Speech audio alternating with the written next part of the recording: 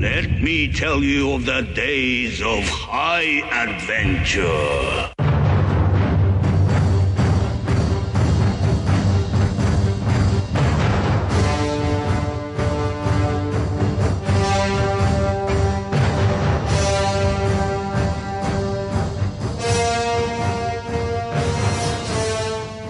Hey, what's up, everybody? I'm John. And I'm Kevin. And this is 6 Degrees of Schwarzenegger, the podcast where we take a long, hard look at some of our favorite action movies from the era of Arnold. Schwarzenegger is the icon of the genre, and we're taking a deep dive into some of these 80s and 90s cult action movies and breaking them all the way down.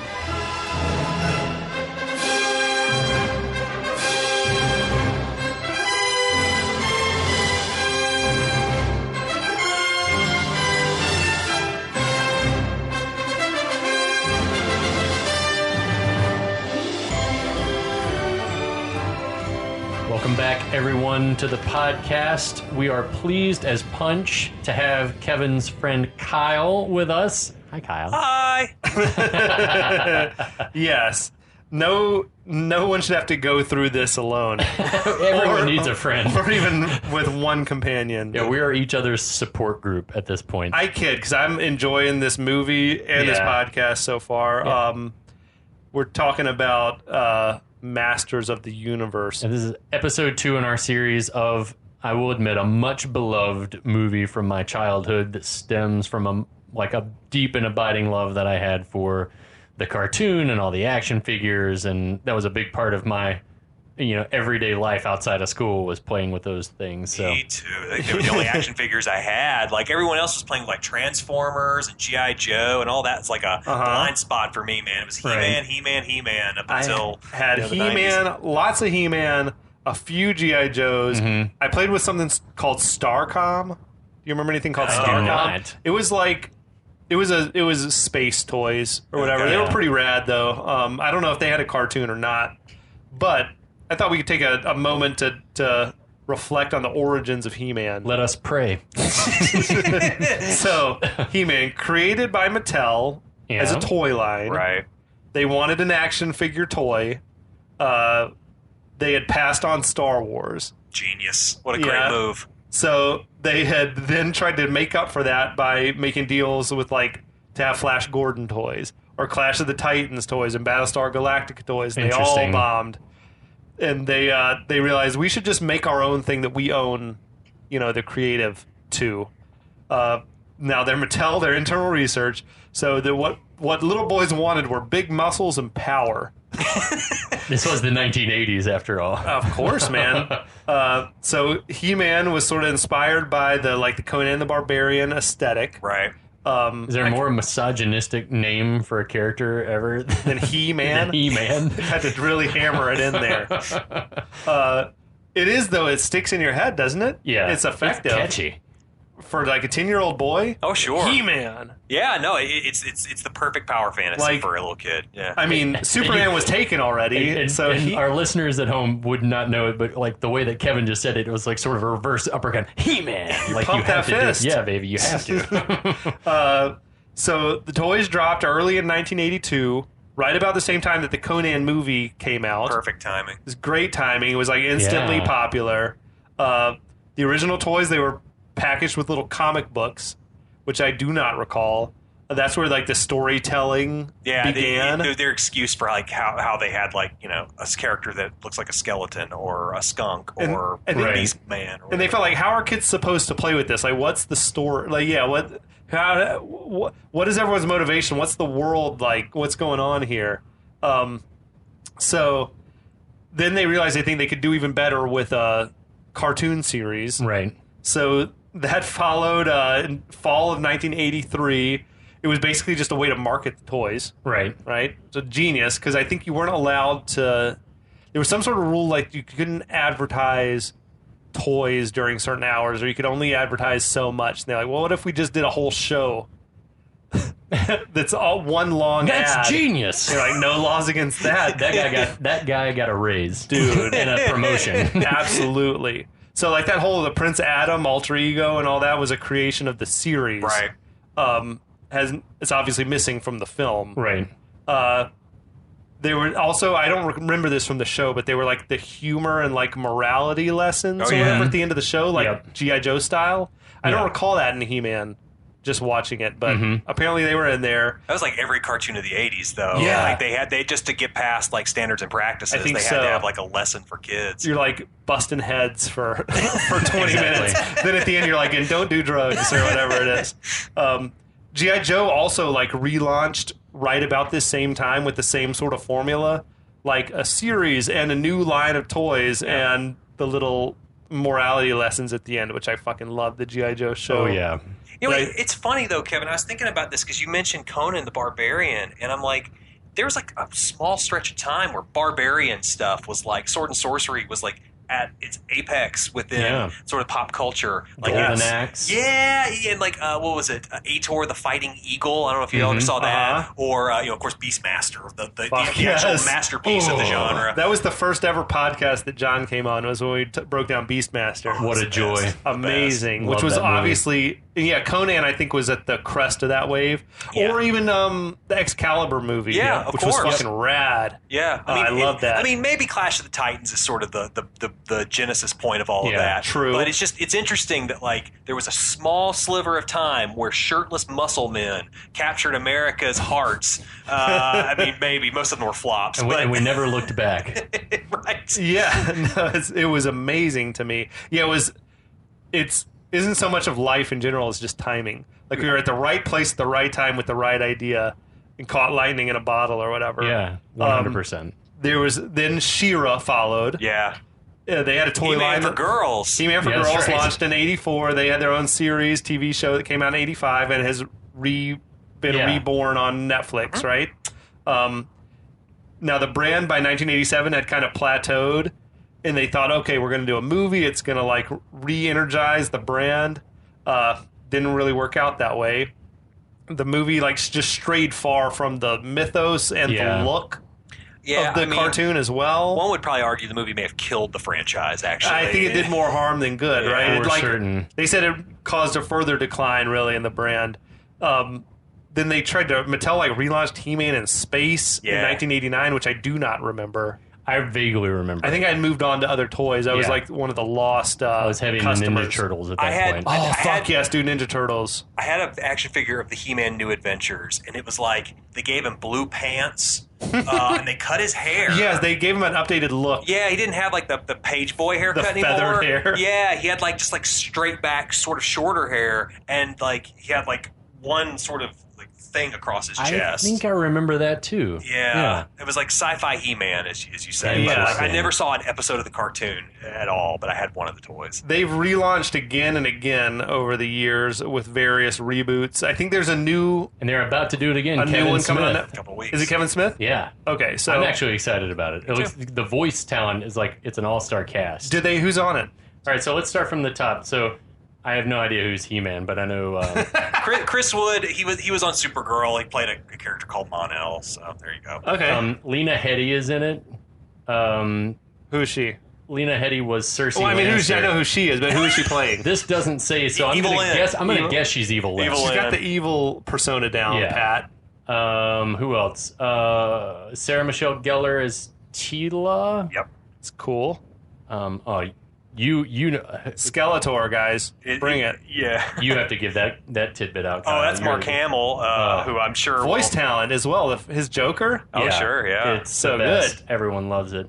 So that's not a bad lineup. And then Kevin Smith helming it. So I think it's something to look forward to anyway. Do we think it's going to be for adults or for kids or both? Both. They're trying to make that. They're trying to hit that Cobra Kai demographic. I hope that Kevin Smith, after all the many lessons he's learned as a comic book lover and filmmaker, that he knows that you got to do both. A little nostalgia. A little nostalgia will, keep the ardent fans, but you've got to also appeal to a younger crowd. Guys, I got to tell you, I just saw Henry Rollins is playing Triclops. Yes. Tony Todd, the Candyman himself, is playing a character called Scareglow, which is not one I'm familiar with. He was a skeleton almost exactly like Skeletor, but he didn't have a hood, and he glowed in the dark. Hell yeah. I'm into it. We had that action figure. And the best casting of all of this for me, playing Cringer, the cat, He-Man, is Stephen Root. Ooh, that's fucking awesome. Did the cat straight up talk? Like, did he speak English or did he just make noises? No, he spoke English. Cringer did. Battlecat did not speak English, but Cringer did. Yeah. Stephen Root, that's awesome, dude. No. I'm here for all of this. Okay, now I'm more excited than I was 5 minutes ago. It's going to be good. Anyway, we got a movie to talk about here. Yes. A little Masters of the Universe. It's smart that they didn't call it the He-Man movie because he's missing in action for 3/4 of this film. I wonder if there was more shot with him in it, and it got cut. I think Dolph Lundgren was not the actor that they thought he was going to be. That he thought he was. Yeah, it doesn't make sense that Canon would do that. Like, because this is the same company that put out like the Barbarian Twins movie and like all kinds of shit like that. So it would be weird unless they just thought, wow, this really isn't working at all. Yeah. I think, and they probably, I don't know what they paid him, but it was probably pretty decent money. Sure. If they had him attached, like, before they started casting anyone else or got a director lined up. Anyway. Jesus. Yeah. Oh, well. So I guess before we get started on this second episode, we'll get caught up on what happened the last time. So the movie picks up with Skeletor has just invaded Castle Grayskull with his army. He's taken over. He's claimed that he's in charge of everything now, and outside the good guys are mowing some bad guys down. That includes He-Man, Teela, and Man-at-Arms. They rescue a gremlin named Gwildor, who, come to find out, invented the cosmic key. So they use the tunnels in Gwildor's house, which inexplicably lead to Grayskull, find the sorceress, try to rescue her, to no avail. Skeletor comes in, all hell breaks loose. Oh, also, come to find out, Gwildor had the prototype cosmic key, which he brought with him. And then just as they're all about to be captured, they use it. Gwildor starts punching buttons at random. They end up on planet Earth somehow. Skeletor says to track the key to find out where they went. But back to Earth, He-Man and the good guys find that their version of the cosmic key somehow got lost, and they're all setting out to find it and figure out what the fuck happened. Well, now... Chapter 2, we pick up... Verse 1. Exterior, Robbie's Ribs and Chicken restaurant. I love an old drive-in. Dude, I love the look of this place. Yeah, me too. It was the exact type of place I want to eat when I'm on a road trip. Yeah. Whatever. Fucking awesome. So we got Julie, that's Courtney Cox. She's inside. She's running the register, dressed in Western attire. Complete with a gun belt and pistol. She had holsters on. She was not wearing the cowboy hat that the others were wearing. Little tiny cowboy hat. I thought she looked like something out of a David Lynch movie or something. Yeah, like, sure. He's like so good at finding these fresh-faced, like impossibly gorgeous women to turn up in his things. And it's like, I've never seen this person before. She could, like, she definitely could have been on Twin Peaks. Like, replace Sherilyn Flynn or something like that. Like, absolutely. That or like Laura Dern out of Blue Velvet or whatever. Good call. So yeah, the theme apparently of the restaurant is country western. They're walking whatever. Gingham shirts and shit. Gingham shirts, guns, blue jeans, cowboy hats, bandanas around the neck. I would eat at this place, though. Oh, yeah, dude. I'd never had ribs before when I saw this movie, and it made me want to have ribs. Watching it yesterday, it made me want to have ribs. Me too. Did you get to ribs quickly in your life after the movie, or did it take a long time? It took a while, I guess. Ribs, to me, are like chicken wings. It's a lot of effort for a small reward. Yeah. It's worth it. It just depends on where you get them from. I've had some in Memphis that are like dry rub. It's the best stuff I've ever had. I'm just not going to the right ribs places here. Anyway, Fat Matt's. Yeah? It's a good place. Okay. Piedmont. So, inside Robbie's, we got Julie. She's looking wistful. She reveals that she's clocking out for her last time at Robbie's. Her friend is there. She reveals that she's about to move to Jersey. She's moving there to be with Bruce Springsteen. Did they ever reveal who she's going to move with? I have a lot of questions about all this that we're gonna talk about, but we're gonna have to. It's like no one plans to move to Jersey, so you know something went wrong. You know something's gone wrong. Someone that hasn't even graduated from high school yet is planning to move to New Jersey. That's my read, but she talks about I'm going to miss graduation, but So we think that is definitively means she's a senior. Yeah. Right now? It has Yeah. to be. I was hoping that she's older because her being that young makes just so little makes sense now. Agreed. Because also later on, Kevin says, I'm in a high school garage band. And I'm like, fuck. But they Everyone both looks- look 25. Yeah, everyone looks older. Anyway, yeah, she's definitely moving there to be with the bus. to Springsteen to join the E Street That's Band. right. So her friend tells her that if she breaks up with Kevin, she's going to regret it. That's terrible advice. Also, did you catch Well, that no one should ever break up with Kevin. No, well, yeah, that's true. That's also true. The friend's name is Monica. Oh, was it? I did not catch the friend's name. Yeah, the friend's name is Monica. She had like a Linda Hamilton Terminator vibe to me, the Yeah. friend. The hairstyle and everything was just Sure. that mid-'80s perm, whatever it was. How could you tell with that hat? So Julie's telling Monica then that they both changed, that everything has changed. Speaking of changing, Julie's like changing clothes right in the middle of the kitchen. Yeah. And that's got to be against health code. Right. Robbie's is a very small place. It is. Her friend's pointing out, well, you still love each other. the That's a fuck she valid know? point she's making. At the same time that she's just like pounding a drumstick. Yeah. She was inhaling that thing. Yeah, I'm envious. Now, Julie, she just says she doesn't want to burden Kevin with her problems. Her friend says, you don't have to move, that your parents would have wanted you to stay. How the fuck does Monica know all this? Like, what do you know about her parents? And also, where are her parents? Like, We assume, it sounds like something bad has happened. yeah. Right? Julie says she's going to move 3,000 miles away for a fresh start. For with who?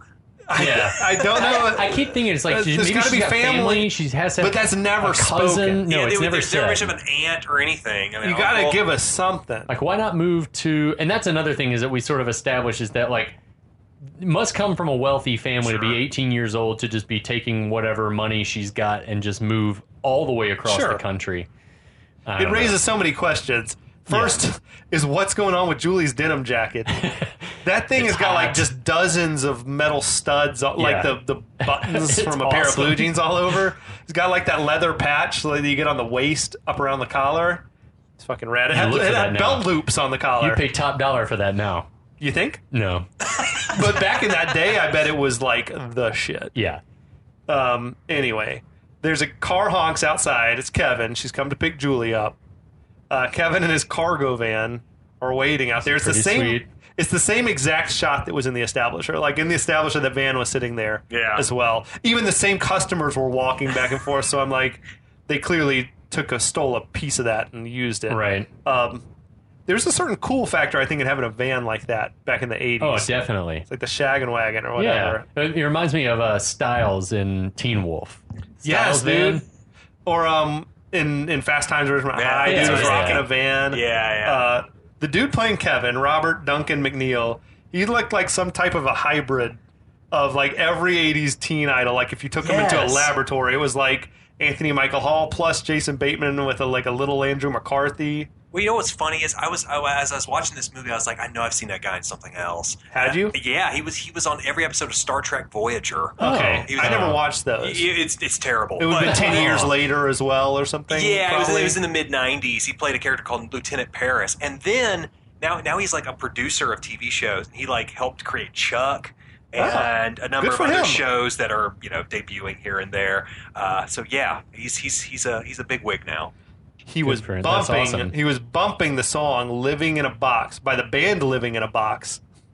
In Their that band. self-titled single. The self-titled. Yeah, bizarre. Julie gets in with a bucket of food, and she asks Kevin. She's a keeper, man. Yes, Kevin asks, "When's your bus to the airport?" Which I feel like he should know. You would already already know that. She says it's at 8:30, and he's happy because that will allow her to come and check out his sound check. Oh my god, you guys. That shit is lame. That is lame. That's how every girl wants to spend her last few hours together. It's our shit boyfriend. It's insane. She passes in that bucket Terrible. of ribs, which he points out isn't a romantic last date meal. Neither is taking her to your sound check, jackass. Like This is like dude. The dude's an asshole. yeah. And He's obviously butthurt that she's leaving. this dude who like literally just asked her to come to his sound check. There's this long awkward silence after he gave that line about it not being romantic. and you really just notice that the terrible 80s pop song is playing in there, which I will use on these episodes. On first viewing, I thought the audience was supposed to think that he's an asshole. Like, because he just came off as so hateable. Right? Yeah, I mean, it could be like an attempt at like subverting expectations. Like, oh no, this boyfriend sucks, and he turns around and he's kind not of warms on the audience. the worst. But I don't think this movie had that much on its mind. No, I think way too much credit. I think you're supposed to think he's a cool '80s dude. Yeah, and he just comes off as just the worst. He begins pressing her to stay. She doesn't really want to hear it. She said, "Take a later flight." She's like, "We decided." Which definitely doesn't sound like a mutual thing. Oh, okay. Yeah, no, I remember Not that it needs to be mutual. Conversation. Thank you. If she wants to leave, like, that's her. That's her choice. It's her prerogative. She asks if he'll take her to the cemetery to say goodbye to her parents. Man, the night is full of fun activities. I feel like the stage is set for just the worst last night together ever. It's like cold ribs, a trip to the cemetery, and a sound check. Cold ribs are the standout in this situation. Thank God for He-Man. That's right. Now, as they drive off, we see Tila. She's there surveying the scene from the bushes. This place, Robbie's, which we discussed, looks awesome. It was a real restaurant at the time that they had redressed to play Robbie's in the movie, and apparently it is the same parking lot where the Rodney King beating took place some years later. Woof. That's just a reality check. All right, that's some trivia right there. Yeah. Wow. I tried to cue up the beating tape recently, and you can't see anything. No, you just see the headlights and it's awful. The police violence. Does the movie officially establish that this is taking place in California at any point? Yes. Okay. They say it? Well, they say the parents are flying to Catalina. Oh. So I just assumed, and given the terrain in that shot, like I was just like, I feel like it's supposed to be in Though California. on first viewing, I will say I was just sure they were in Oklahoma or somewhere, with a cow, right? like who has cows wandering roaming around? free-range cows in the valley. But you never know. But there's a lot of palm trees also. Exactly. That we see, yeah. but I did think for sure this was somewhere in the Midwest. Because who goes from California to Jersey? Rich kids. To reinvent myself. She's doing a reverse LaRusso. Oh, man. So Tila, hiding in the bushes, she hears a noise, quickly draws her blaster, and she is ready to kill. It's Duncan. It's her dad. Which that's the first time that it's revealed. Was that the case in the cartoon? Yeah. That Yes. Tila's Yeah. Man-at-Arms daughter? Okay. Yeah. I had forgotten, and they were late to reveal that in the movie, I thought. So Tila says, that he's strayed far from his search area. And he says he was drawn from the smell of those sweet, sweet ribs. An old soldier learns to follow his nose. I don't blame him. Yeah, same. Tila seems concerned that they don't have time to stop for a meal. But Duncan says, well, we're not going to save the sorceress if we die of starvation. That's logic. Well, are you going to starve? I don't know how long 0.84 chromons is. I feel like 0.8 is long enough to almost starve? 2 days. Okay, that's close enough. You got to You'd be keep weak. up your strength. Save your strength. Now, about this time, they spot Gwildor also hiding in the bushes there at the restaurant. behind the couple making out in their car. Dude, and he's like leering at them and sort of smacking his lips in a way that made me feel uncomfortable. I love Duncan's. I was doing that before you were even born. It's like gross, Dad. Well, I would hope so. Yeah. Also, anyway, Gwildor breaks out the grappling hook. He uses it to snag a bucket of food from the couple that's making out in the car. So they go over. They find Gwildor just stuffing his face. He says he was going to share it with them. Bullshit. And he's chugging that barbecue sauce, man. That's It's so all awesome. in his beard or whatever it is. It looks like me every time I visit Community Q. So Yes. That looked like Carolina style, didn't it? Like Yeah. the vinegar-based big sauce. time. Yeah. I do love that it's just like it's an amalgam. It's just an assortment of meats. It is a bucket of meat. Chicken, meat on meat, toasted meat on meat, chicken and ribs. I really dig Billy Barty's performance in the movie, though. Sure. Like, I think he's having a blast. He's the most committed actor in this outside of Frank Langella. Yeah, Big yeah. time. For sure. Like, if there was ever a movie not to take too seriously, I feel like it was this one, and I feel like he was just having fun. doing it, so I can totally vibe on that. Yeah. Now they're sorting their bucket of just assorted meat. Tila asks, why is the food on these little white sticks? And then she's appalled to find out that they're eating meat. Yeah, Dad reveals it's a rib bone. Hold on now. There's no way that Adam/He-Man would get the bulk he's got without eating, you got to eat muscles to get muscles, baby. protein. That's I was science. wondering the same thing. Is like, what kind of society is Eternia? Is she vegan? What's going on over here? And clearly Duncan's like, I've eaten. He knows what it is. Has he been to other worlds? Has he been off world? That's what I'm wondering. Is like Eternia, is there interstellar space travel? Is it sort of like Thundercats where you get to fly to other places? Is it Dune? Like, what's the deal? Like, what's Eternia's relationship with other planets? It raised a million questions. Is eating meat unheard of on Eternia? Yeah, apparently, yeah. Maybe. Or they're eating these weird, boneless, fleshy creatures. They're Florida. They're like the fauna are just like flopping around. All their animals like jellyfish. are floppy.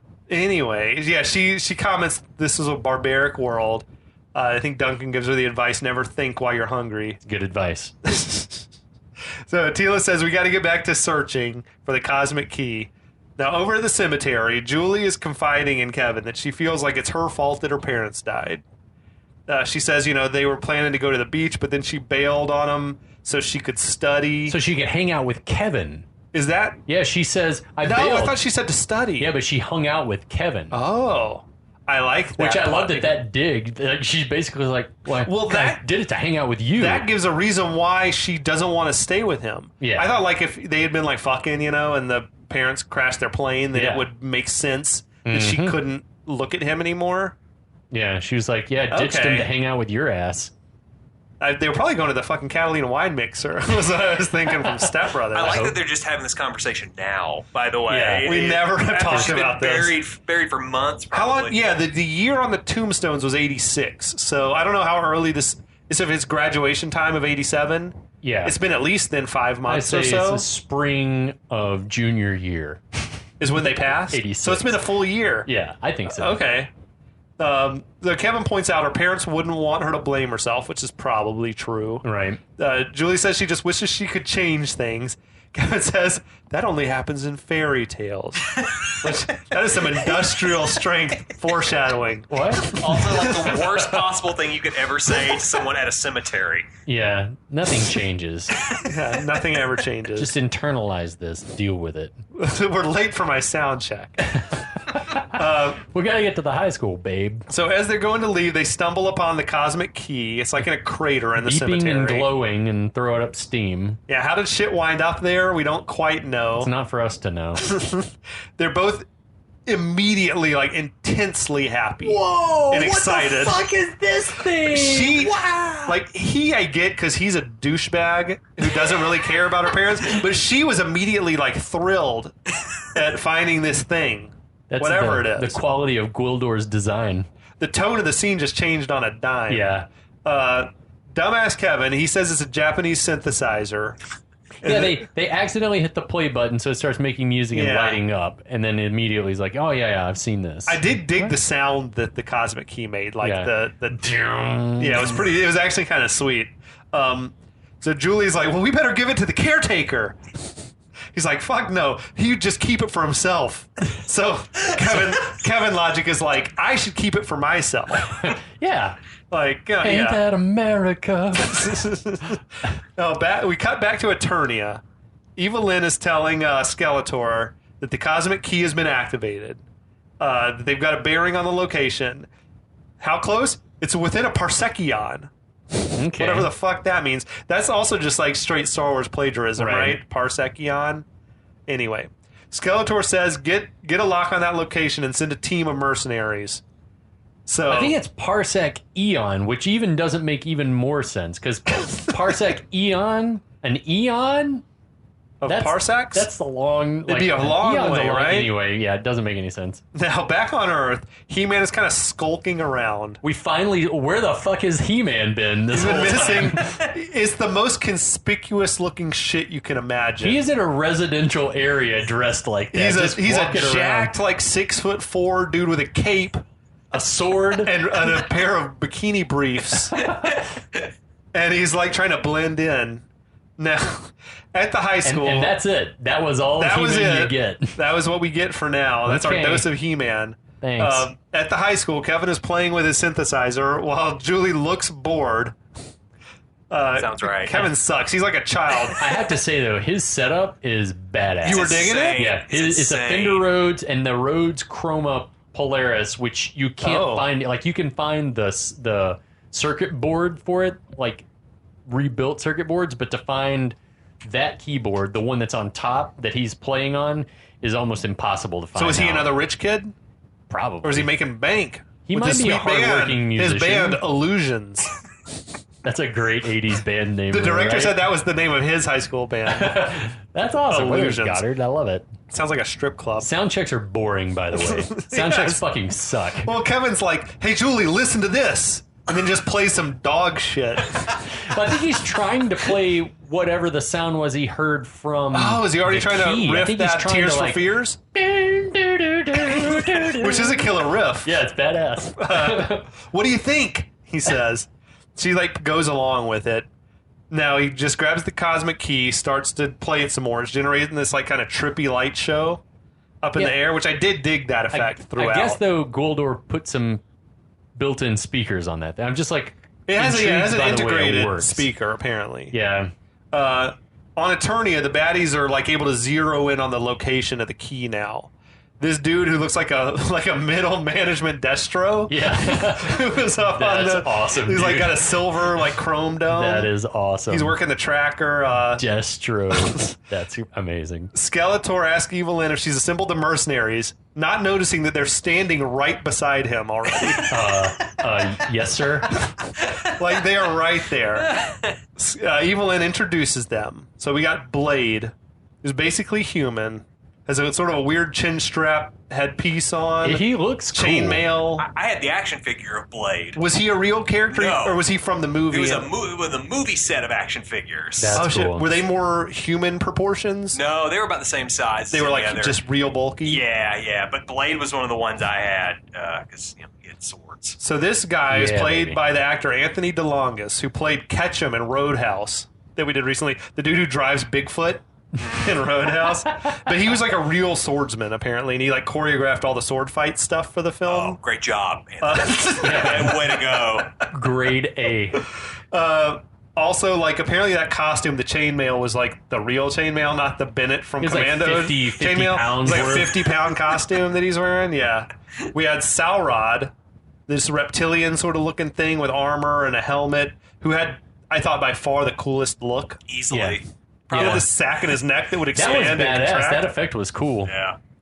Also, the name was probably just scammed off of Tolkien. Sarad, yeah. We had Sarad. the Beast Man. She calls him, not Beast Man. I don't know, but Beast Man. He's basically Wolf Man. I was so excited when he debuted, though. But he looked way different. It wasn't Beast Man was in the cartoons. He's It orange. looked very different. Orange Yeah. with like a blue face. Was he furry? Yeah, he was Yeah. furry, but he didn't look like that guy. Okay, this was basically just I felt like a Wolfman costume, and they're like, give us a werewolf look, Yeah. whatever. And then Karg, this kind of diminutive monster with the insane like white mullet. And he's got like a jagged hook. He's got a hook. Hand. I think we assumed that He-Man he battled He-Man and lost that hand. Maybe. I think the same Yeah. for Blade's missing eye. I Yeah. have to be honest with you guys. I sort of feel like these were all character costumes that they just had laying around. Totally. And they were like, Definitely. Lazy. let's put that guy in all the chainmail from some other night movie we were working on. But I dug Karg's like whole weird vibe that he had, to be honest. Like he was his furs and things. everything he's wearing, about him, yeah. like he kind of worked for me. Whoever that actor was really doing it for me. So Skeletor tells him, bring He-Man back before moonrise. Tells him, go down to Earth, get the key, kill the others if you need to, but bring He-Man back alive. Whatever. He doesn't want He-Man to be like a martyr figure or some shit. Right. They're standing in a completely different order than they were moments ago as he's like addressing them, but that's neither here nor there. It's He fine. says, open the door, do not fail me, sends their asses through the portal or whatever. Right. Now, back at the high school, Kevin's continuing to marvel at the cosmic key. He wants to take it to his friend Charlie, who runs the instrument shop On in the town. night that his girlfriend is leaving town. On the night his girlfriend, who he ostensibly doesn't want to leave town, is supposed to leave town. Can't wait till tomorrow. Yeah. Gotta show Charlie now. We gotta take it to Charlie. Isn't the now. prom supposed to be starting soon as well? It can't be that night. The prom? Do you think it is? Oh, yes. Really? Yeah. Okay. Later on, like, prom goers are there. Yeah, I don't know shit, why I he would didn't be doing. realize I that. don't know why he'd be doing sound check the night before. You I don't know. I I don't started know, thinking of but- like weird things about high school and just like leave your equipment set up overnight. I mean, it would make more sense, actually, I think, but it is supposed to be prom night, I also Okay. think. Note that Kevin was also not planning to take Julie to prom, apparently. He's like, no, I gotta play. Illusion's gotta play. You'll, man the punch bowl or whatever. But so, yeah, Julie tells him, go ahead. She'd rather be alone to say goodbye to the empty high school gym. I mean, you do you, girlfriend. Spend some time with your memories, whatever. Yeah, this is where she says she's going to miss graduation, which I Right. guess does mean they're seniors. Right. Like, he definitely seems older. Could he not be a graduate and she's still a senior? Maybe. Yeah, I guess so. It's possible. I don't know. If they're still in high school, it raises so many But questions. how is he making enough money gigging? He's a like, rich where kid, I guess so, think. yeah. That's my take. Yeah.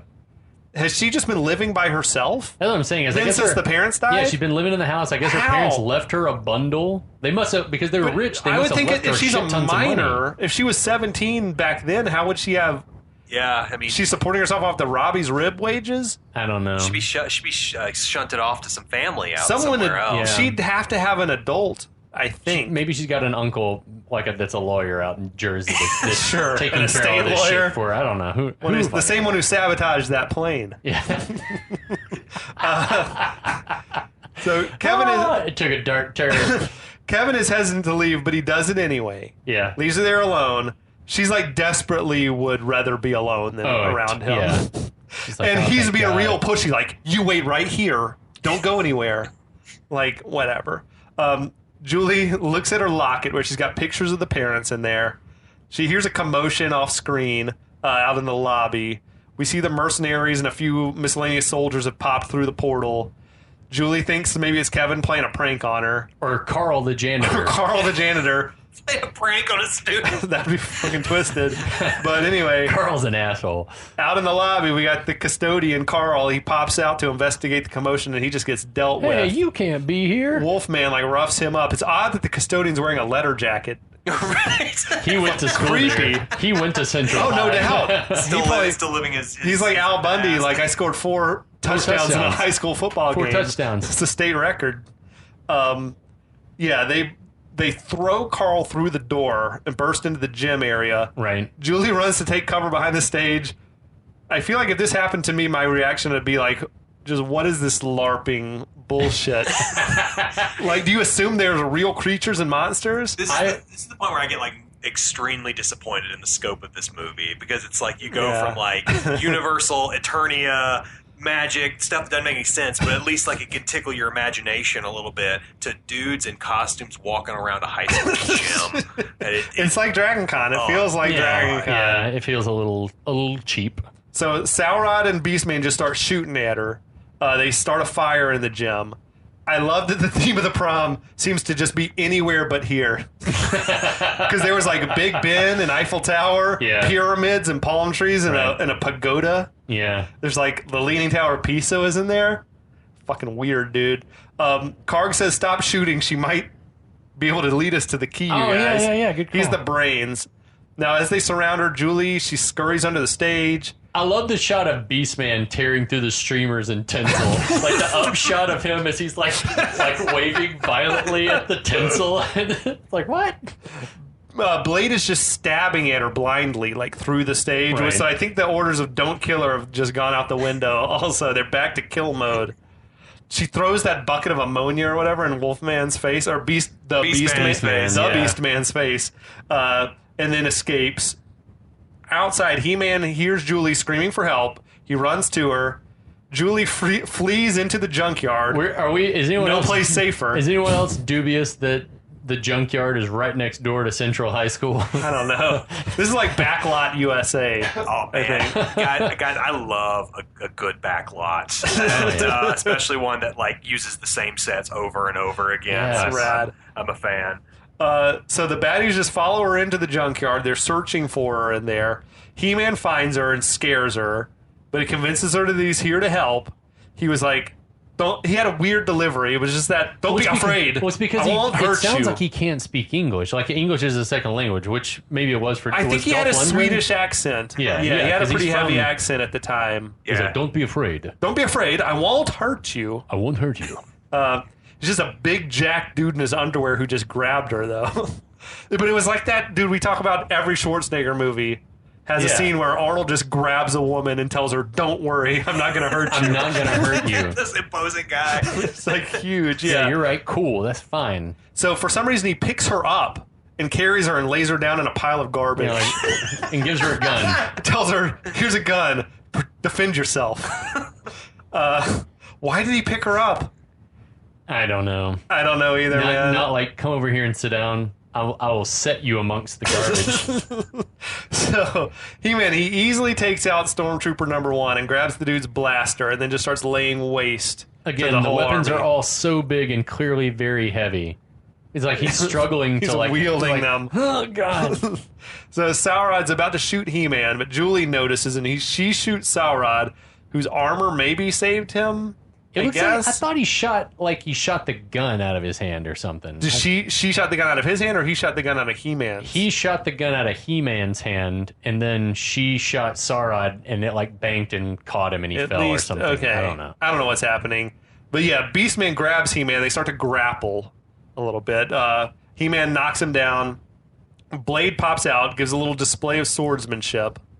I've waited a long time for this. See, I think He-Man took that eye. Yeah, a lot of unwritten history. There's a lot of It's backstory implied, here. yeah. Waiting for the prequels still. He-Man, he bests Blade with ease, and then he beats up Saurod. He stops Karg from taking Julie by just throwing his sword at him, which there's really no reason that would stop Karg from just grabbing her, though. Still, it's like, the sword! Let me just we run don't know for what the it. sword's power is. Now, just then, Duncan and Tila show up. They run in shooting. The 4 mercenaries, they retreat.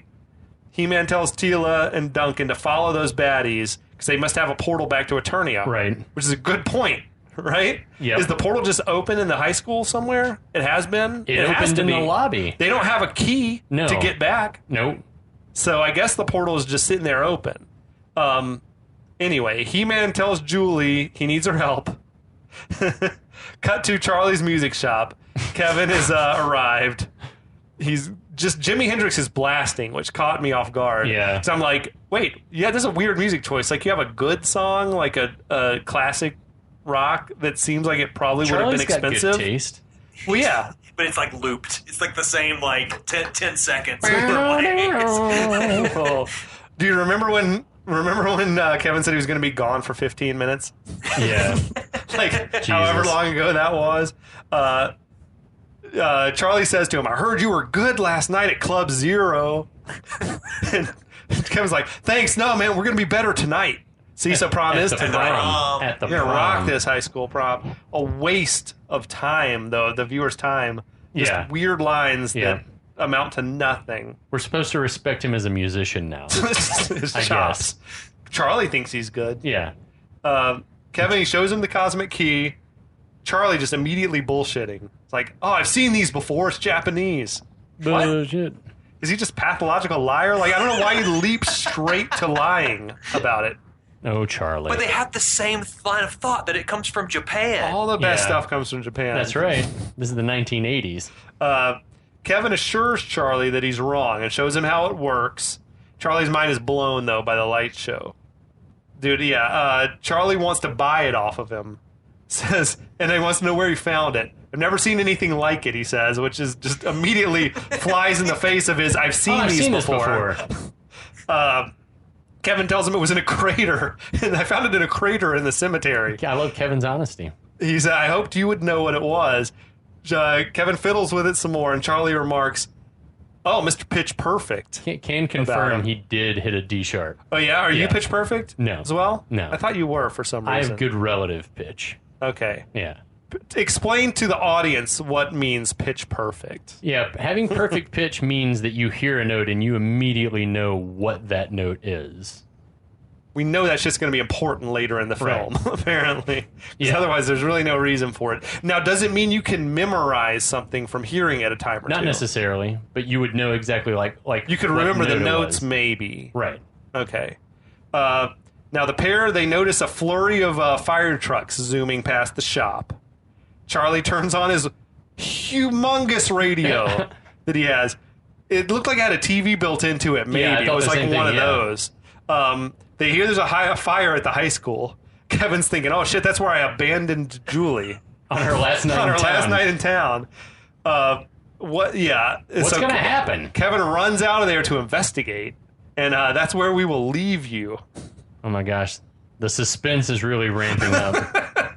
This movie keeps you on the edge of your seat. Is He-Man in this movie? We've seen him for... We saw him for 2 minutes. In the last 20 minutes, he's appeared in about 2 minutes of the film. Amazing. Yeah. Kyle, how are you doing? I'm fine. Good. Kevin, how are you doing? I'm great. We all made it. Thanks to everyone for listening. Thanks to our friends on the Last of the Action Hero Podcast Network That's for right. listening. We hope you guys will tune in for episode 3, that you won't leave us alone with this hot garbage, as my friend Andrew Miller would say, and good journey. We'll be journey. back.